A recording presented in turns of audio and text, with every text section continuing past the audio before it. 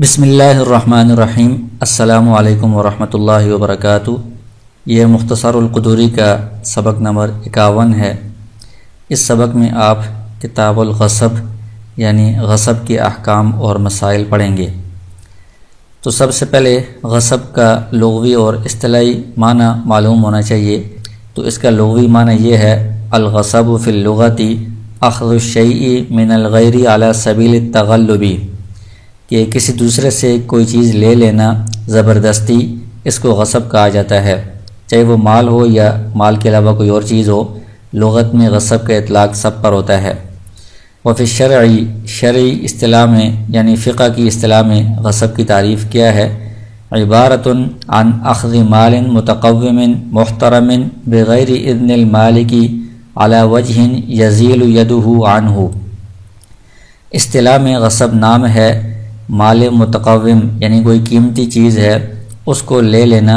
اور وہ قیمتی چیز ایسی ہے کہ جس کا احترام کیا جاتا ہے، جس کو اپنے پاس محفوظ رکھا جاتا ہے، اس کو لے لینا مالک کی اجازت کے بغیر، اس طور پر کہ مالک کا اس سے قبضہ ہٹ جائے، مالک کو اس سے دور کر دیا جائے، وہ چیز مالک کے قبضے سے ہٹا کر اپنے قبضے میں لائی جائے۔ تو اس طرح مال متقوم کا مالک کی اجازت کے بغیر لے لینا، گویا کہ زبردستی لے لیا ہے، اس کو غصب کہا جاتا ہے۔ تو اس کے متعلق احکام اور مسائل اس باب میں آپ پڑھیں گے۔ تو فرماتے ہیں ومن غصب شیئا، جس شخص نے کوئی چیز غصب کر لی ہو، مما لہو، ایسی چیز کہ اس کے لیے مثل کوئی مثل مل جاتی ہے، فہلک فی یدہ، وہ چیز اس کے ہاتھ میں ہلاک ہو جائے، فعلیہ ضمان مثلہ، تو اس غصب کرنے والے غاصب پر اس کی مثل کا ضمان لازم ہوگا۔ یعنی جو چیزیں ہوتی ہیں ان کی دو اقسام ہوتی ہیں، ایک ذوات الامثال مثلی چیزیں، دوسری ذوات القیم۔ پیچھے کتاب البیوع میں آپ نے اس کی تفصیل پڑھی ہے۔ تو ذوات الامثال جس کی مثل اسی طرح کی چیز بازار میں مل جاتی ہے، تو وہ اگر ہلاک ہو جائے تو اس کی مثل یعنی اسی طرح کی چیز اس کو واپس کرنی پڑے گی۔ اور دوسری قسم ہوتی ہے ذوات القیم، وَإِنْ كَانَ مِمَّا لَا مِثْلَ لَهُ، اگر وہ چیز جس چیز کو غصب کیا تھا وہ ان چیزوں میں سے ہے جس کی مثل موجود نہیں ہوتی، یعنی وہ ذوات القیم میں سے ہے، فعلیہ قیمتہ، تو وہ چیز اگر اس غاصب کے پاس ہلاک ہو جاتی ہے تو اس پر اس کی قیمت واپس کرنا لازم ہوگا، قیمت کا ضمان اس پر لازم کیا جائے گا۔ وعلی الغاصب، اور غاصب پر یہ لازم ہے رد العین المغصوبۃ، وہ جو غصب کی ہوئی چیز ہے بعینی ہی اسی چیز کو واپس کرنا شروع میں لازم ہے۔ یعنی ایک شخص نے کوئی چیز دوسرے سے غصب کر لی ہے، زبردستی چھین لی ہے، تو جب تک وہ چیز اس کے پاس موجود ہے اس کے اوپر لازم ہے کہ وہ بعینی ہی وہی چیز جو اس نے مالک سے غصب کی ہے وہی چیز اس کو واپس کرے۔ لیکن اگر وہ چیز بعینی موجود نہیں ہے، وہ غاصب کے پاس ہلاک ہو گئی ہے، تو اب اس کا متبادل دیا جائے گا۔ تو جو متبادل ہے وہ مثلی چیزوں میں مثل ہوتی ہے، جیسے گندم ہے مثلا، تو گندم کی مثل اسی طرح کی گندم بازار میں مل جاتی ہے، تو گندم اگر ہلاک ہوگی تو غاصب اسی طرح کی گندم بازار سے یا کسی اور جگہ سے لے کر مالک کو واپس کرے گا۔ اور جو متبادل ہے ذوات القیم میں، وہ قیمت ہوتی ہے، جیسے اگر بکری کسی نے غصب کی ہے تو اسی طرح کی ملتی جلتی بعینی بکری نہیں ملتی، عام طور پر بہت فرق ہوتا ہے، تو اس لیے اس بکری کی جتنی قیمت ہوگی، اگر وہ بکری موجود ہے پھر تو وہی واپس کرنی پڑے گی، لیکن اگر بکری ہلاک ہو گئی ہے تو اس کی جو قیمت بنتی ہے وہ قیمت غاصب واپس کرے گا، مالک کو دے گا۔ تو کہتے ہیں کہ چونکہ جب تک وہ چیز موجود ہو اسی چیز کو واپس کرنا ضروری ہوتا ہے۔ اگر فَإِنِ ادَّعَا، وہ جو غاصب ہے جس نے وہ چیز غصب کی ہے وہ دعویٰ کرتا ہے ہلاکہا، کہ وہ چیز میرے پاس موجود نہیں ہے، ہلاک ہو گئی ہے، تو حبسہ الحاکم، تو اس کی یہ بات فوراً نہیں مانی جائے گی، شاید کہ وہ ویسے ہی کہہ رہا ہو، جھوٹ بول رہا ہو، تو اس لیے جب تک یقین نہ آ جائے کہ واقعی وہ چیز اس کے پاس ہلاک ہو گئی ہے تب تک اس کا متبادل اس سے قیمت وغیرہ یہ مثل نہیں لیں گے، بلکہ وہی چیز اس سے مطالبہ کی جائے گی۔ تو جب وہ دعویٰ کرے کہ وہ چیز میرے پاس ہلاک ہو گئی ہے تو حاکم اس کو قید کر لے گا، حتیٰ یعلم، یہاں تک کہ یہ حاکم یہ بات جان لے، انہا لو کانت باقیۃ، کہ اگر وہ چیز اس کے پاس باقی ہوتی، لأظہرہا تو وہ اس کو ظاہر کر دیتا، سامنے لے آتا۔ یعنی اتنی مدت تک حاکم اس کو قید میں رکھے گا کہ جتنی مدت میں حاکم کو یقین ہو جائے، اطمینان ہو جائے کہ واقعی یہ چیز ہلاک ہو چکی ہے۔ اگر ہلاک نہ ہوتی تو یہ اتنی قید برداشت نہ کرتا، وہ اس چیز کو سامنے لے آتا۔ ثم قضا علیہ ببدلھا، جب اتنی مدت گزر جائے جس میں حاکم کو اطمینان ہو جائے کہ اب یہ چیز اس کے پاس نہیں ہے، واقعی ہلاک ہو گئی ہے، تو پھر حاکم اس کو چھوڑ دے گا اور اس کے اوپر اس چیز کا جو بدل ہے، مثلی چیز ہے تو مثل کا، یا اگر ذوات القیم میں سے ہے تو قیمت کا حاکم فیصلہ کرے گا کہ آپ اس چیز کا بدل یا اس کی قیمت مالک کو ادا کر دیں۔ والغصب فیما ينقل ويحول، کہتے ہیں کہ غصب ان چیزوں میں معتبر ہوتا ہے جو منقولی چیزیں ہیں، ایک جگہ سے دوسری جگہ منتقل ہوتی ہیں، یحول ایک جگہ سے دوسری جگہ پر اٹھا کر لے جائی جا سکتی ہیں، منتقل ہو سکتی ہیں۔ یعنی جو چیزیں ایسی ہیں کہ جو بندہ ایک جگہ سے اٹھا کر دوسری جگہ لے جا سکتا ہے تو اسی میں غصب معتبر ہوتا ہے۔ تو اس سے پتہ چلتا ہے کہ جو زمین ہے وہ چونکہ ایک جگہ سے دوسری جگہ منتقل نہیں کی جا سکتی تو اس میں غصب معتبر نہیں ہوگا امام ابو حنیفہ رحمہ اللہ کے نزدیک۔ تو فرماتے ہیں وَإِذَا غَصَبَ عِقَارًا فَهَلَكَ فِي يَدِهِ لَمْ يَضْمَنْهُ عِنْدَ أَبِي حَنِيفَةَ وَأَبِي يُوسُفَ رحمهم اللہ، کہ اگر کسی نے زمین غصب کر لی ہے اور اس کے بعد وہ کسی آفت کی وجہ سے وہ زمین ہلاک ہو گئی ہے، مثلا دریا کے کنارے زمین تھی، پانی اس زمین کو بھی بہا کر لے گیا ہے، یا سیلاب کی وجہ سے وہ زمین اس کے اندر بہہ گئی ہے پانی کے اندر، تو اس صورت میں امام ابو حنیفہ اور امام ابو یوسف رحمہ اللہ کے نزدیک اس غصب کرنے والے پر کوئی ضمان نہیں آئے گا، کیونکہ ان حضرات کے نزدیک زمین کا غصب ہوتا ہی نہیں ہے۔ غصب سے مراد تو یہ ہے کہ مالک کے ہاتھ سے وہ چیز نکال کر دوسری طرف لے جائی جائے، تو یہاں پر زمین کو اس کے ہاتھ سے اس کے قبضے سے نکال کر دوسری جگہ لے جانا، منتقل کرنا یہ ممکن ہی نہیں ہے، اس لیے یہاں پر غصب معتبر نہیں ہوا۔ صرف یہ ہوا ہے کہ مالک کو اس زمین سے ہٹا دیا گیا ہے، بے دخل کر دیا گیا ہے، تو یہ مالک کو بے دخل کیا گیا ہے، اس زمین کو منتقل نہیں کیا گیا، تو اس لیے ان حضرات کے نزدیک اس غاصب پر کوئی ضمان نہیں آئے گا۔ امام محمد رحمہ اللہ فرماتے ہیں کہ زمین کا غصب بھی معتبر ہوتا ہے کہ وہ پہلے مالک کے کنٹرول میں تھی، تو اب اس کا مالک کا کنٹرول ختم کر دیا گیا ہے اس سے، تو دوسرے لوگوں نے غاصب نے اس پر کنٹرول کر لیا ہے، قبضہ کر لیا ہے، تو اس لیے اگر اس میں نقصان ہوتا ہے، وہ زمین ہلاک ہوتی ہے، تو غاصب پر اس کا ضمان لازم ہوگا۔ وما نقص منہ بفعلہ،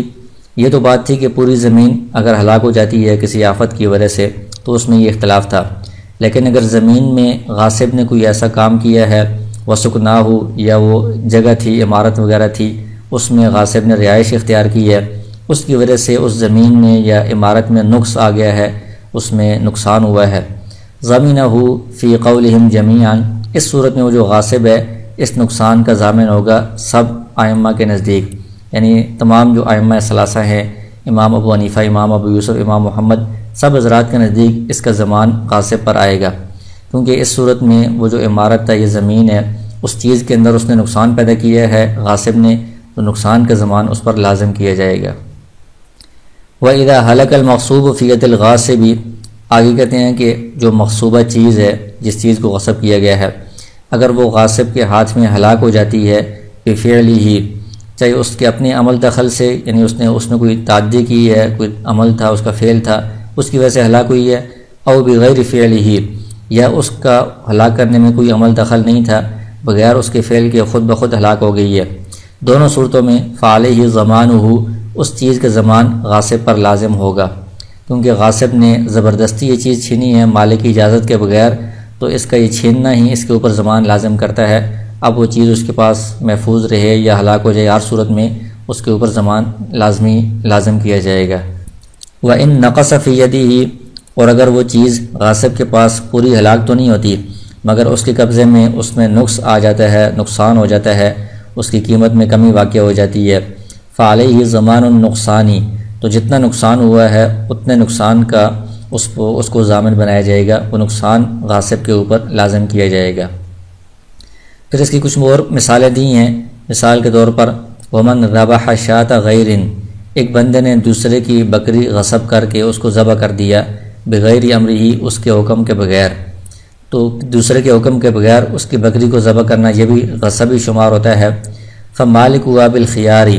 تو اب یہ جو بکری ہے اس میں دو حیثیتیں ہیں، ایک یہ ہے کہ ہلاک ہونے والی ہے کہ یہ پہلے زندہ بکری تھی، ابھی ذبح شدہ ہے تو زندہ کے مقابلے میں یہ ہلاک ہے۔ دوسری اس کی حیثیت یہ ہے کہ چونکہ یہ جو ذبح شدہ بکری ہے اس کا گوشت بھی قیمتی ہے، وہ کھانے کے قابل ہے، تو اس لیے اس کے اندر نقص پیدا ہو گیا ہے کہ پہلے زندہ بکری تھی، ابھی صرف گوشت رہ گیا ہے۔ تو اگر اس کے ہلاک ہونے کا اعتبار کریں تو اس میں مالک پوری قیمت غاصب سے وصول کر سکتا ہے، اور یہ جو بکری ہے ذبح شدہ یہ اسی غاصب کے حوالے کر دے گا، گویا کہ وہ چیز ہلاک ہو گئی ہے، غاصب نے اس کا ضمان اس کی قیمت ادا کر دی ہے۔ اور اگر ہم دوسری حیثیت کا اعتبار کریں کہ اس میں نقص آ گیا ہے کہ پہلے زندہ بکری تھی ابھی ذبح شدہ بکری ہے، تو اس صورت میں زندہ بکری اور ذبح شدہ بکری کی قیمت میں جتنا فرق ہوتا ہے اتنا فرق جو نقصان ہوا ہے وہ غاصب سے لے لیا جائے گا، اور یہ جو ذبح شدہ بکری ہے یہ مالک کے پاس ہی رہے گی، مالک اس کو استعمال کرے گا۔ تو ان دونوں باتوں میں مالک کو اختیار ہے۔ ان شاء ضمنہ قیمتہا، اگر چاہے تو وہ غاصب کو اس کی قیمت کا ضامن بنائے، یعنی غاصب سے اس پوری بکری کی زندہ بکری کی قیمت لے لے، وسلمہا الیہ، اور یہ جو ذبح شدہ بکری ہے یہ غاصب کے سپرد کر دے، اس کے حوالے کر دے۔ ایک بات یہ ہے وَإِن شاء، اور اگر چاہے تو یہ مالک ضمنہ نقصانہا، کہ جو نقصان ہوا ہے زندہ بکری کو ذبح کرنے کا، تو زندہ بکری اور ذبح شدہ بکری کے درمیان جتنا قیمت میں فرق ہوتا ہے اس فرق کا اس کو ضامن بنا دے غاصب کا، اتنے پیسے اس سے لے لے، اور یہ جو بکری ہے ذبح شدہ یہ اپنے پاس سے رکھے، اس کو خود استعمال کرے۔ ان دونوں باتوں میں اس کو اختیار ہوگا۔ ومن خرق ثوب غیرہ خرقا یسیرا، آگے کہتے ہیں کہ ایک بندے نے دوسرے کا کپڑا پھاڑ دیا، تھوڑا سا پھاڑا، اس میں یعنی زیادہ نقصان نہیں ہوا، تھوڑا نقصان ہوا۔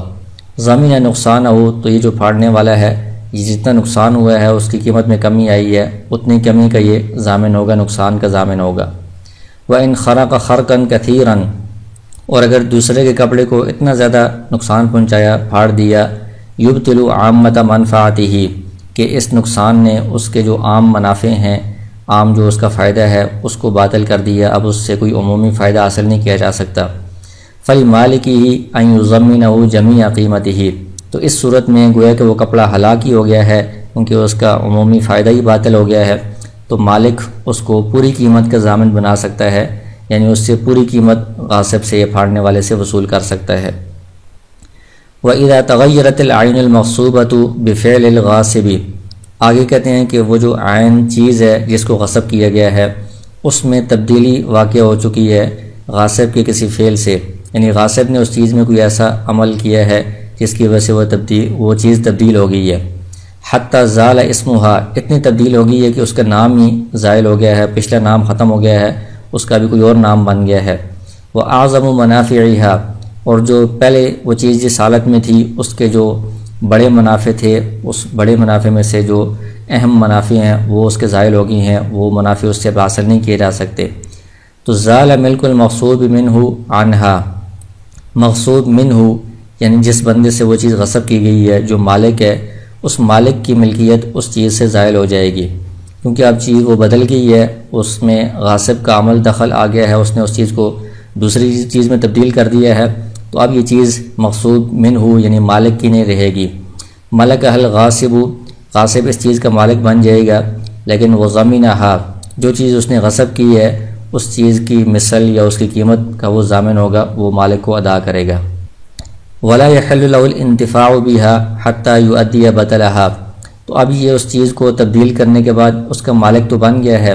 لیکن اس چیز سے یہ اس وقت تک فائدہ حاصل کرنا اس کے لیے غاصب کے لیے حلال نہیں ہے جب تک کہ یہ اس کا بدل نہ دے دے، یعنی مثلی چیز ہے تو مثل نہ دے دے، یا ذوات القیم میں سے ہے تو جب تک قیمت نہیں دے دیتا مالک کو تو اس چیز کو تبدیل کرنے کے بعد بھی یہ اس سے فائدہ حاصل نہیں کر سکتا۔ اس کی مثال یہ دی ہے، ھذا کمن غصب شاطن،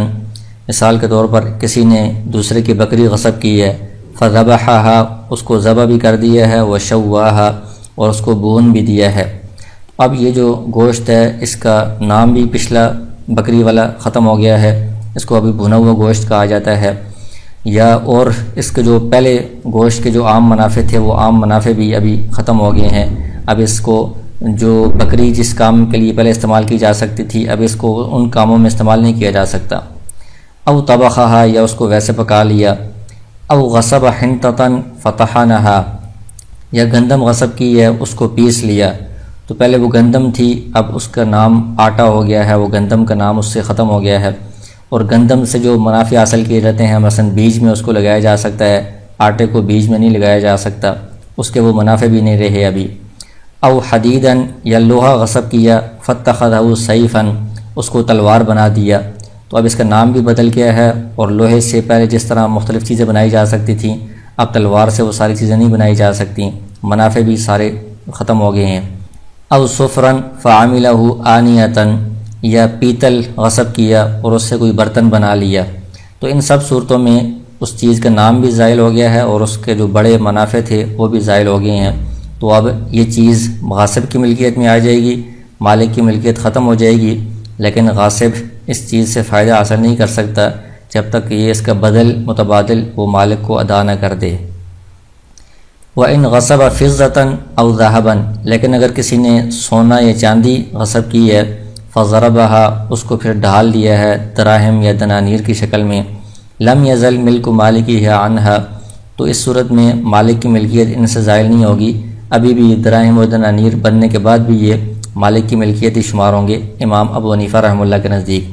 کیونکہ ان کی جو حیثیت پہلے تھی سونے اور چاندی کی شکل میں ثمنیت کی تھی، تو درہم اور دینار بننے کے بعد بھی وہ ثمنیت ان کے اندر باقی ہے، جو اہم منافع ہیں وہ ان کے باقی ہیں، تو اس لیے یہ مالک کی ملکیت میں ہی شمار ہوں گی اور یہ مالک کو اسی شکل میں واپس دینے پڑیں گے۔ غاصب کو چاہیے کہ وہ مالک کو یہ درہم و دیناری واپس کر دے۔ ومن غصب ساجدن فبنا علیہا،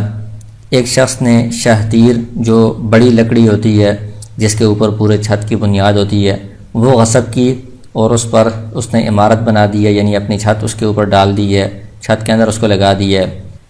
زال ملک مالکہا عنہا، تو اس کا جو مالک ہے اس کی ملکیت زائل ہو جائے گی۔ ولزم الغاصب قیمتہا، اور غاصب کو اس کی قیمت لازم ہو جائے گی، کیونکہ اس صورت میں اس چیز کو واپس کرنے میں غاصب کا نقصان ہے کہ اس شہتیر کو اگر آپ عمارت سے چھت سے نکالیں گے تو پوری عمارت کے گرنے کا خدشہ ہے، تو اس لیے نقصان سے بچانے کے لیے یہ کہا جائے گا کہ شہتیر تو غاصب کے پاس ہی رہے اور اس کی جو قیمت ہے وہ غاصب کے اوپر لازم کر دی جائے، وہ قیمت مالک کو دے دی جائے گی۔ ومن غصب ارضا فغرس فیہا او بنا، کہتے ہیں کہ ایک شخص نے زمین غصب کی ہے، اس کے اوپر اس نے عمارت بنا لی ہے، یا غرس فیہا، اس پہ اس نے درخت لگا دیے ہیں۔ قیل لہ، تو اب چونکہ زمین موجود ہے، زمین کو ہی واپس کرنا ہے، اور زمین پہلے جس حالت میں تھی وہ خالی تھی، تو اس غاصب کے ذمہ لازم ہے کہ یہ زمین کو خالی کر کے اپنی جو چیزیں ہیں، عمارت کا ملبہ ہے یا درخت ہیں، یہ نکال کر خالی زمین اس مالک کو واپس کرے۔ قیل لہ، غاصب سے کہا جائے گا اقلع الغرس، تم اکھاڑ لو اپنے درختوں کو، والبناء، اور اپنی جو عمارت ہے اس کو بھی آپ گرا دیں، وردھا الی مالکہا فارغۃ، اور زمین مالک کو آپ واپس کریں اس حال میں کہ وہ بالکل فارغ ہو، خالی، جس طرح غصب کی ہے اسی طرح خالی کر کے مالک کے حوالے کریں۔ فإن كانت الأرض تنقص بقلع ذلك، لیکن اگر ابھی درخت لگ گئے ہیں، عمارت بن گئی ہے، ان کو اکھاڑنے میں زمین کا نقصان ہوگا اور وہ زمین مالک کے پاس جائے گی تو وہ نقص کے ساتھ، نقصان کے ساتھ جائے گی، تو مالک بھی یہ چاہتا ہے کہ اس میں نقصان نہ ہو اکھاڑنے والا، تو اس صورت میں فللمالک، مالک کو یہ اختیار ہوگا ان یضمن لہ قیمت البناء، کہ وہ جو اکھڑی ہوئی عمارت ہے، والغرسی، اور اکھڑے ہوئے جو درخت ہیں، مقلوعاً اکھڑے ہوئے، ان کی قیمت اس کو دے دے، یعنی چونکہ غاصب نے ان درختوں کو اکھاڑ کر یا عمارت کو گرا کر ملبہ لے کر جانا تھا، تو اکھڑے ہوئے درخت یا جو عمارت کا ملبہ ہوتا ہے اس کی جو قیمت ہے وہ غاصب کو دے دے، اور یہ درخت اپنے پاس ہی زمین میں ہی رکھے، عمارت بھی زمین کے اوپر بنی ہوئی رکھے، تو مالک اس طرح کر سکتا ہے تاکہ اکھاڑنے سے جو زمین کو نقصان ہو رہا ہے اس نقصان سے بچ جائے۔ ومن غصب ثوبا فصبغہ احمر، کسی شخص نے کپڑا غصب کیا، اس کو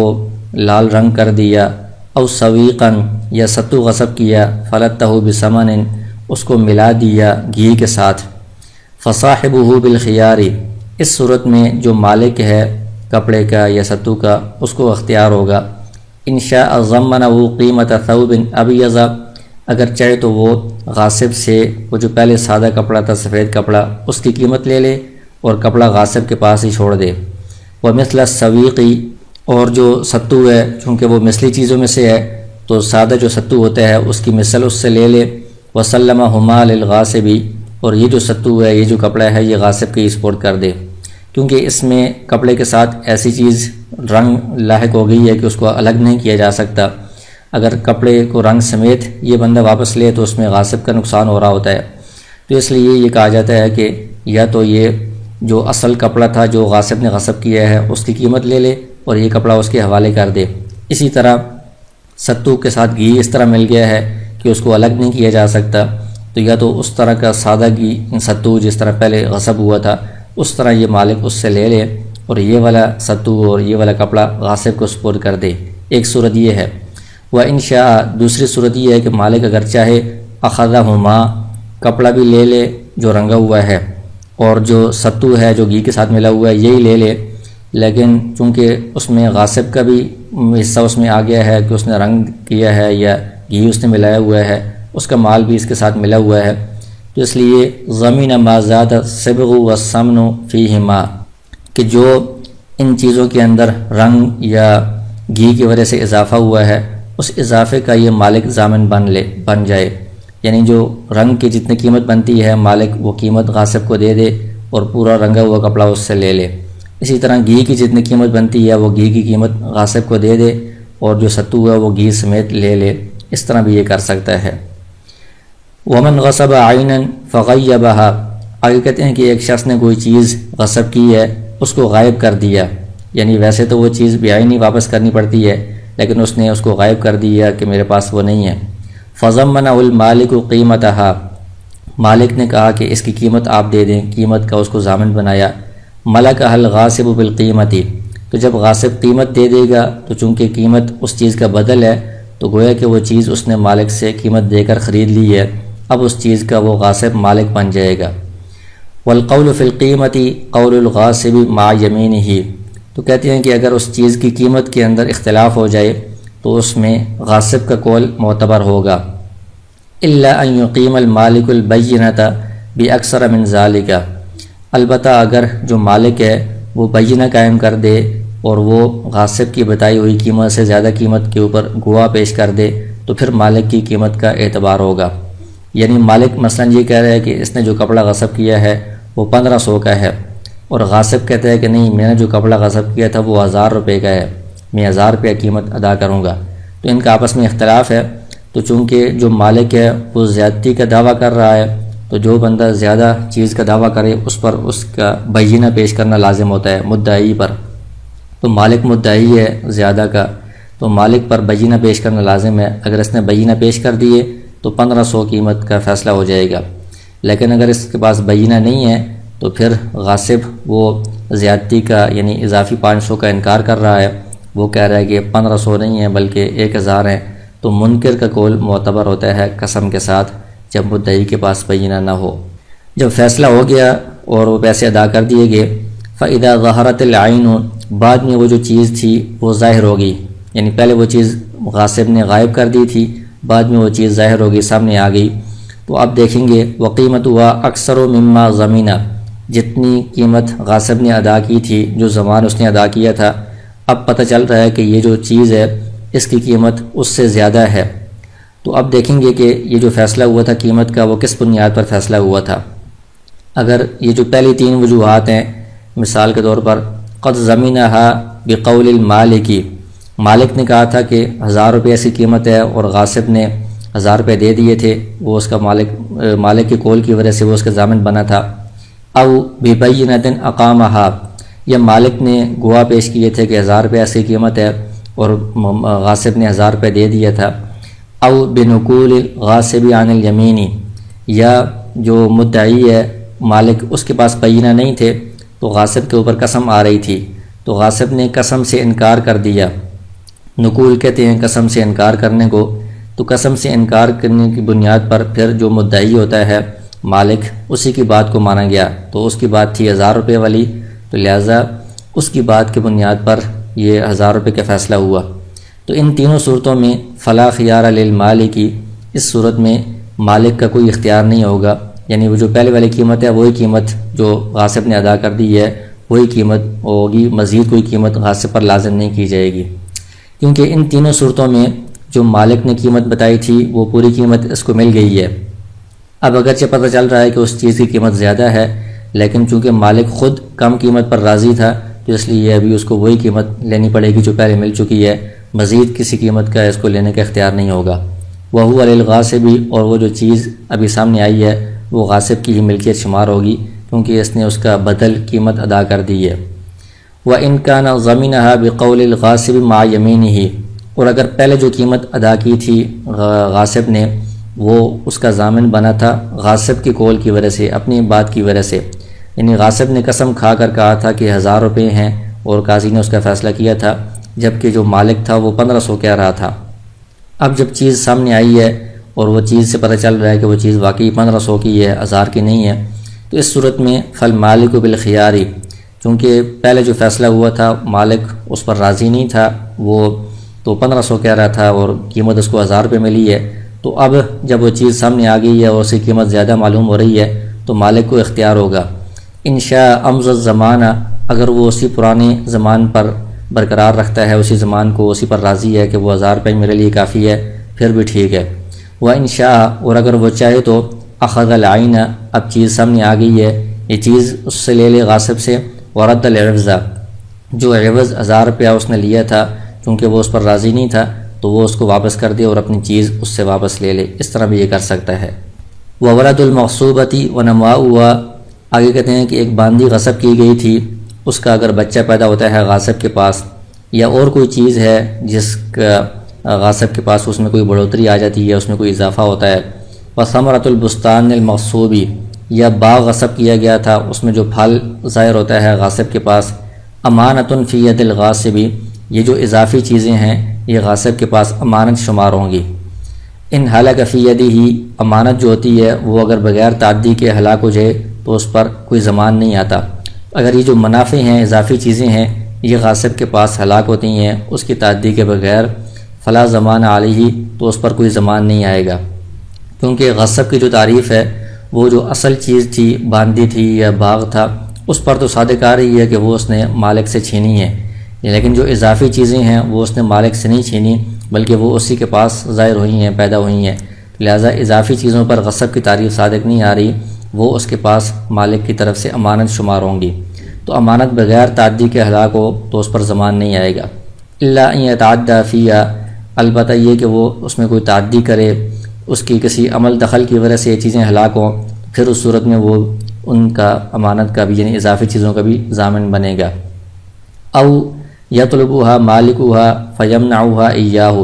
یا دوسری صورت یہ ہے کہ مالک نے اس سے مطالبہ کیا کہ یہ بچہ یا یہ جو پھل وغیرہ ہیں، اضافی چیزیں ہیں، یہ مجھے دے دو، اور غاصب نے ان چیزوں کو دینے سے انکار کر دیا، تو یہ امانت میں واپسی کا اگر مطالبہ کیا جائے اور وہ بندہ انکار کر دے تو یہ بھی غصب بن جاتا ہے، تو اس صورت میں یہ جو پھل ہیں یا بچہ ہے یہ بھی غصب بن جائے گا، تو اس صورت میں اگر بغیر تعدی کے ہلاک ہو جائے تو روکنے کے بعد وہ ان چیزوں کا بھی ضامن بنے گا۔ وما نقصت الجاریۃ بالولادۃ فہو فی ضمان الغاصب، اور غاصب کے پاس باندی کا جو بچہ پیدا ہوا ہے اس کی وجہ سے باندی کا جو نقصان ہوا ہے، اس کی قیمت کم ہوئی ہے، وہ غاصب کے زمان میں سے شمار کیا جائے گا۔ فإن كانت فی قیمت الولد وفاء به، اگر جو بچہ ہے چونکہ وہ اضافی چیز ہے وہ بھی غلام ہے، اس بچے کی قیمت کی وجہ سے باندی کا جو نقصان ہے یہ پورا ہو جاتا ہے، جبر النقصان بالولد، تو بچے کے ذریعے سے اس باندی کے نقصان کو پورا کر دیا جائے گا، غاصب پر کوئی مزید ضمان نہیں آئے گا۔ وسقط ضمانہ عن الغاصب، غاصب سے جو نقصان تھا اس کا ضمان ساقط ہو جائے گا۔ ولا یضمن الغاصب منافع ما غصبہ الا ان ينقض باستعمالہ، کہتے ہیں کہ غاصب نے کوئی چیز غصب کی ہے تو اس غصب شدہ چیز کے جو منافع ہیں اتنی دیر میں اس نے حاصل نہیں کیے یا اس نے حاصل کیے ہیں، تو ان منافع کا اس غاصب کو کوئی ضمان نہیں اس پر لازم کیا جائے گا، کیونکہ وہ جو چیز ہے اس چیز کا تو ضمان آتا ہے، مال جو چیز ہوتی ہے، لیکن منافع جب تک اس میں عقد اجارہ نہ کیے جائے منافع متقوم نہیں ہوتے، ان کی کوئی قیمت نہیں ہوتی، اس لیے منافع اس نے حاصل کیے ہیں یا اس نے خود بھی کوئی فائدہ نہیں اٹھایا اور مالک کو بھی فائدہ اٹھانے سے روکا ہے، یعنی منافع ضائع کیے ہیں، تو اس کی وجہ سے اس غاصب پر منافع کا کوئی ضمان لازم نہیں کیا جائے گا۔ البتہ اگر وہ اس چیز کو استعمال کرتا ہے استعمال کرنے کی وجہ سے اس چیز میں کوئی نقص پیدا ہوتا ہے، نقصان ہوتا ہے، تو اس نقصان کا اس کو ضامن بنایا جائے گا۔ فیغرم النقصان، تو جتنا نقصان ہوا ہے اس چیز میں، چونکہ وہ عین چیز ہے تو عین چیز کی تو قیمت ہوتی ہے، تو جتنا نقص ہوا ہے، قیمت میں کمی آئی ہے، اس قیمت کا اس کو تاوان اور ضمان دینا پڑے گا۔ لیکن منافع کی چونکہ اجارے کے علاوہ کوئی قیمت نہیں ہوتی، تو منافع کا اس کو ضامن نہیں بنایا جا سکتا۔ وَإِذَا اسْتَهْلَكَ الْمُسْلِمُ، آگے فرماتے ہیں کہ کسی مسلمان نے ہلاک کر دیا خمر الذمی، کسی ذمی کی شراب کو، او خنزیرہ، یا ذمی کے خنزیر کو، ضمن قیمتہا، تو اس صورت میں وہ اس کی قیمت کا ضامن ہوگا، کیونکہ ذمی کے ہاں شراب اور خنزیر بھی مال متقوم ہے، ان کے ہاں ان کی قیمت ہے اور ان کی خرید و فروخت ہوتی ہے، تو اس لیے ان کے لیے یہ چیزیں مال ہیں، تو ان کے اس مال کو ضائع کرنے، ہلاک کرنے کی وجہ سے اس مسلمان پر ضمان آئے گا۔ اور شراب ویسے تو ان کے حق میں مثلی چیز ہے، تو اس کی مثل لازم ہونی چاہیے، لیکن چونکہ مسلمان شراب کو خرید نہیں سکتا، تو اس لیے یہ اس کی مثل نہیں دے سکتا، لہذا شراب کی بھی قیمت دے گا اور خنزیر کی بھی قیمت یہ اس ذمی کو ادا کرے گا۔ وَإِنِ اسْتَهْلَكَهُمَا الْمُسْلِمُ لِمُسْلِمٍ لَمْ يَضْمَنْ،